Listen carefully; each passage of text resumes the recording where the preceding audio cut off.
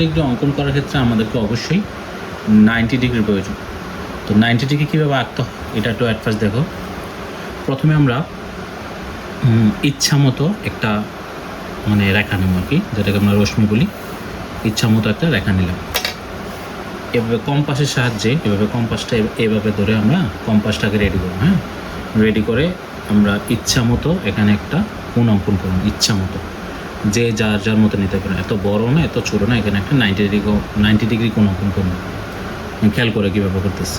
প্রথম আমরা এই কোণের মাপটা যেভাবে নিছি সেম টু সেম এই কোণের মাপটা আমরা এখানে একবার দেবো বৃত্তচাপ, আবার এখানে গিয়ে আমরা এখানে একবার দেবো বৃত্তচাপ, আবার উপরে আরেকটা বৃত্তচাপ দেবো, আবার এখান থেকে ধরে আবার এখানে আরেকটা বৃত্তচাপ দেবো, একই মাপ। এরপর আমরা স্কেলটা যদি এখানে বসাই, স্কেলে বসানোর পর এখানে যে মাপটা হবে এটা হচ্ছে আমাদের 90 ডিগ্রি। কিন্তু আমাদের প্রশ্নে 75 ডিগ্রি আঁকার জন্য বলছে। এখন 75 ডিগ্রি আঁকার জন্য আমরা যে মাপটা এখান থেকে নেব, এখন একটা জিনিস খেয়াল করবে, এই পুরাটার মান হচ্ছে 90 ডিগ্রি। ওকে, আর একদম এখান থেকে যতটুকু মাপটা এটা হচ্ছে 60 ডিগ্রি ফিক্সড, আর 60 হলে বাকি হবে 30। কেন 60 আর 30 যোগ করলে হয় 90, এই টোটাল ইন টোটাল হচ্ছে 90। এই জন্য আমরা এই এখানে যে 30 ডিগ্রিটা এটাকে আমরা দুই ভাগে ভাগ করবো। দুই ভাগে ভাগ করলে কী হয় আমি একটু দেখাচ্ছি। প্রথম আমরা এই কোনো মাপটা এভাবে নেব, নিয়ে এখানে একটা বৃত্তচাপ, আবার এখান থেকে ধরে এখানে আরেকটা বৃত্তচাপ দেওয়ার পর আমরা স্কেলটা বসিয়ে এটাকে আমরা সমদ্বিখণ্ডিত করলাম। 30 ডিগ্রিকে আমরা দুই ভাগে ভাগ করলাম, সমদ্বিখণ্ডিত করলাম। তাহলে কী দাঁড়ালো? তো 30 ডিগ্রিকে সমদ্বিখণ্ডিত করার পরে এটা হচ্ছে 15 ডিগ্রি, এটা হচ্ছে, আর এই পুরোটা হচ্ছে 60 ডিগ্রি। তো 15-60 টোটাল কত আসে? 75 ডিগ্রি। এই হচ্ছে আমাদের 75 ডিগ্রি অঙ্কন করার সিস্টেম। এখন এই খ নম্বর প্রশ্নটা এখানে আমি লিখছি এভাবে যে কোনো ত্রিভুজের পরিসীমা হয়েছে এস, পরিসীমার মানকে তারা এস দ্বারা প্রকাশ করছে। এস হচ্ছে 10 সেন্টিমিটার এবং ভূমি সংলগ্ন দুটি কোণ অ্যাঙ্গেল এক্স সমান সমান ভূমি সংলগ্ন দুটি কোণ অ্যাঙ্গেল এক্স সমান সমান 55 ডিগ্রি ও অ্যাঙ্গেল ওয়াই সমান সমান 65 ডিগ্রি হলে ত্রিভুজটি আঁকো। তো আমি যখন স্টুডেন্টকে লেকচার দিই তখন আমি বলি যে ব্যবহার জ্যামিতির প্রত্যেকটা জ্যামিতির এক একটা নাম দিও, নিকনেম, যেটাকে দ্বারা পরীক্ষা হলে আমরা অতি সহজে বুঝতে পারি। এটার নাম আমরা দেব যে ত্রিভুজের নামটা হবে একটি পরিসীমা দুইটি কোণ। ত্রিভুজের একটি পরিসীমা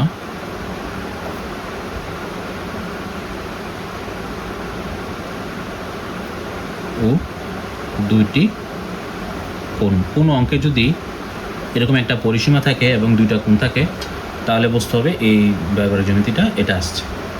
এবারে এখন আমরা যেভাবে আঁকবো সেম টু সেম পরীক্ষার হলে আমরা এভাবে আঁকলেই আমাদের হয়ে যাবে। প্রথমে আমি এখান থেকে একটা রশ্মি নেব, যে পরিসীমার যে মানটা ওইটা আমরা পরিসীমার মানটা এখানে আমরা সেন্টিমিটারটা প্রথম আমরা এখানে দুইটা কোণ, দুইটা কোণ প্লাস পরিসীমাটা আঁকবো। পরিসীমা হচ্ছে 10 সেন্টিমিটার। এখান থেকে ধরে জিরোর থেকে এভাবে আমরা 10 সেন্টিমিটার পরিসীমা, 10 সেন্টিমিটার, এটা হচ্ছে 10 সেন্টিমিটার পেন্সিল স্কেল দ্বারা। তো এটাকে আমরা দেবো এস আমার কত? 10 সেন্টিমিটার। এরপর আমরা দুইটা কোণ আঁকবো। দুইটা কোণ আমরা ইচ্ছা মতো দুইটা কোণ আঁকতে সেদিকে এভাবে একটা দিলাম, এভাবে আরেকটা দিলাম। তো কোণ আঁকার পদ্ধতিটা হচ্ছে চাঁদার সাহায্যে। আমি ব্যাপারটা আবার বলি যে আমরা এই চাঁদা ইউজ করে আমরা কোণ আঁকবো। আমরা প্রথম আঁকবো 55 ডিগ্রি। তো 55 ডিগ্রি আঁকার জন্য আমি বলি এখান থেকে দেখুন একটা মূল বিন্দু আছে, এই মূল বিন্দুর বরাবর আমরা স্কেলটা এদিকে রাখবো রেখাটার উপর। তারপরে দেখো এখানে 0 ডিগ্রি, এখানে 10, 20, 13, 14, 50, 60 এভাবে ধরে আমরা 60 ডিগ্রি বলে আমরা এদিকে যেমন, যদি বলে 65 ডিগ্রি তাহলে আমরা 60 এবং 70 মাঝামাঝি এটাকে বলে 65 ডিগ্রি। আর এটা বসাতে হবে জিরোর যে এভাবে আছে না লেভেলটা, আর জিরোর বরাবর আমরা এভাবে ওই রেখাটার উপর বসাবো। দেখো আমি কীভাবে বসাতেছি, দেখো এই যে জিরোর বরাবরটা, এই যে রেখাটা দিলাম না, এটার বরাবর আমরা এভাবে জিরোর বরাবর করবো। এভাবে করে যেমন কত ডিগ্রি রাখতে হচ্ছে 55 ডিগ্রি। তো 55 ডিগ্রি হবে এভাবে। এখানে আমরা একটা ফোঁটা দিলাম। ফোঁটা দেওয়ার পরে এরপরে স্কেল দিয়ে এই ফোঁটার বরাবর আমরা এখানে একটা কোণ আঁকবো, ওইটা হবে 55 ডিগ্রি। এটাকে ধরবো আমরা অ্যাঙ্গেল এক্স। এরপর আমাদের 65 ডিগ্রি একদম সেম নিয়ম, আবার 65 ডিগ্রি অঙ্কন করবে জিরো বরাবর রেখে 65 ডিগ্রি। 65 ডিগ্রি 70 এবং 60-এর মাঝামাঝি হবে 65 ডিগ্রি। এই গেল আমাদের 65 ডিগ্রি কোণ আঁকার সিস্টেম। এবার কম্পাস দিয়ে কী করবো, কম্পাস দিয়ে আমরা দুইটা কোণ ইচ্ছা মতো দেবো, এত বড় না এত ছোটো না, দুইটা মাঝারি ধরনের কোণ আঁকবো, এভাবে দিলাম। এরপরে এভাবে মাঝারি ধরনের দুটা কোণ আঁকলাম। এরপর আমাদের পরের কাজ হলো আমরা কীভাবে ত্রিভুজটা অঙ্কন করব। তো ত্রিভুজটা অঙ্কন করার জন্য প্রথমে আমাদের যে কোনো একটা রশ্মি নিতে হবে।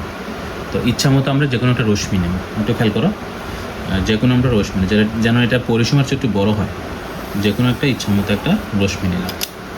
রশ্মি নেওয়ার পরে আমরা এই এসের যে মাপটা, পরিসীমার যে মাপটা, আমরা পরিসীমা মাপটা নেওয়ার পরে এখান থেকে এইভাবে রশ্মির উপর এভাবে আমরা অঙ্কন করবো। এটা একটা নাম দেবো, যে কোনো রশ্মি এ ই, এটা হচ্ছে রশ্মি, তার সমান করে এস এর সমান করে আমরা এই বি অংশ করছি।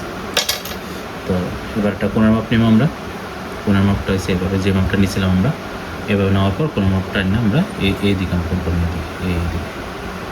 আর কোণের মাপ কীভাবে নিতে হয়, এটা খুবই একটা ইম্পর্টেন্ট জিনিস, যে কোণের মাপ আমরা কীভাবে নেব। কোণের মাপ নিতে হয় এভাবে ধরার পরে আমরা এভাবে ধরার পর আমরা এই মাপটা না এদিকে ধরে আমরা এদিকে ফেলাইলাম। তারপর আমাদের স্কেল দ্বারা, স্কেল দ্বারা আমরা এটাকে যোগ করে দেবো, কোণটাকে আমরা স্কেল দ্বারা যোগ করে দেবো।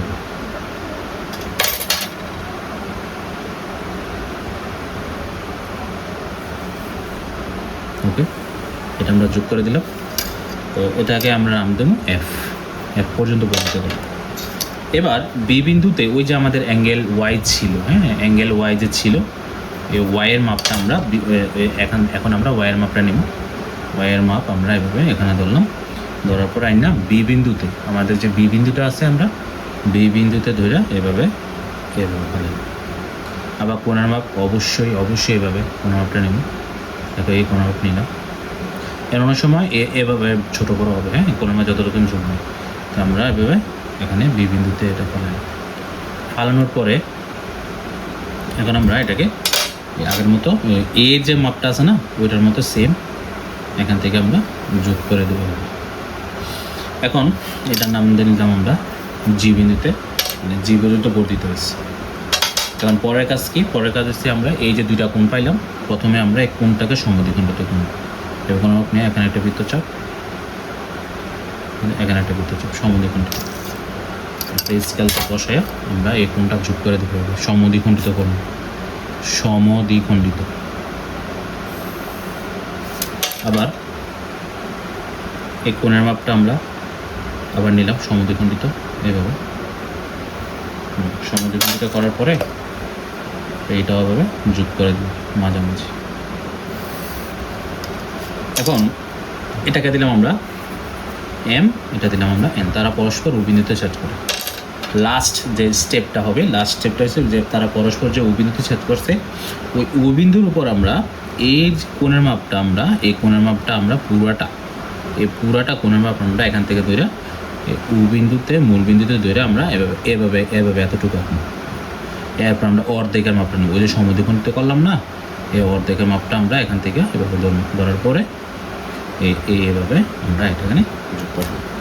এটা একটা সুবিধা কি আমি বলি, তুমি এই সাইডে যে কাজটা করবে না, মানে এই বিন্দুতে আমরা যে কাজটা করছি সেম কাজ এখন বি বিন্দুতে আমরা শুধু কোণের মাপ নিয়ে একদম সেম কাজ আমরা করব। এখানে সেম টু সেম একই কাজ করতে হয়, মানে একই কথা বলতে আমরা ডাবল কাজটা করতেছি আর কি। দেখো আমরা যে কাজটা এখানে করছি, এখানে আবার এই কাজটা বি বিন্দুতে পুরোটা কোণের মাপ নিলাম, নেওয়ার পরে মূল বিন্দুতে রেখা এভাবে দেওয়ার পর আবার অর্ধেকের মাপ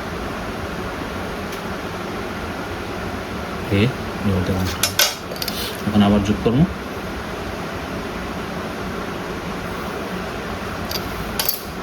তো এটাকে দিতে পারো তুমি পি, এটা দিতে পারো কিউ। এটার নাম হচ্ছে ত্রিভুজের একটি পরিসীমা এবং দুটি কোণ আঁকার পদ্ধতি সেভাবে।